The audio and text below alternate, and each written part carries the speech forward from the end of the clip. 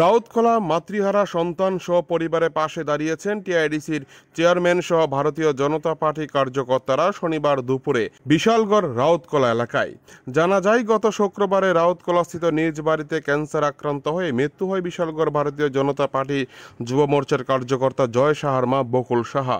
খবর পেয়ে মাতৃহারা ভারতীয় জনতা পার্টি যুব মোর্চার কর্মী জয় সাহা তার পরিবারের পাশে দাঁড়িয়েছেন টিআইডিসির চেয়ারম্যান নবদল বণিক সহ ভারতীয় জনতা পার্টি যুব মোর্চার কার্যকর্তা সোমনাথ শাহ, সাধন দাস, অরবিন্দ শাহ সহ প্রমুখ।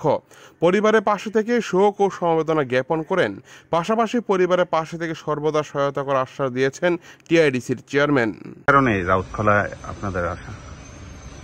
আজকে এই বাড়িতে যে আসলাম, এই বাড়ি আমাদের ভারতীয় জনতা পার্টির কার্যকর্তা, একনিষ্ঠ কার্যকর্তা দীপজয়। ওর মা কিছুদিন আগে আমাদের এই পৃথিবী ছেড়ে ত্যাগ করেছে, অসুস্থতা ছিল এবং ও আমাদের খুবই একনিষ্ঠ কার্যকর্তা ছিল। তো ওর পরিবারের সাথে সমবেদনা জানানোর জন্য আজকে আসা।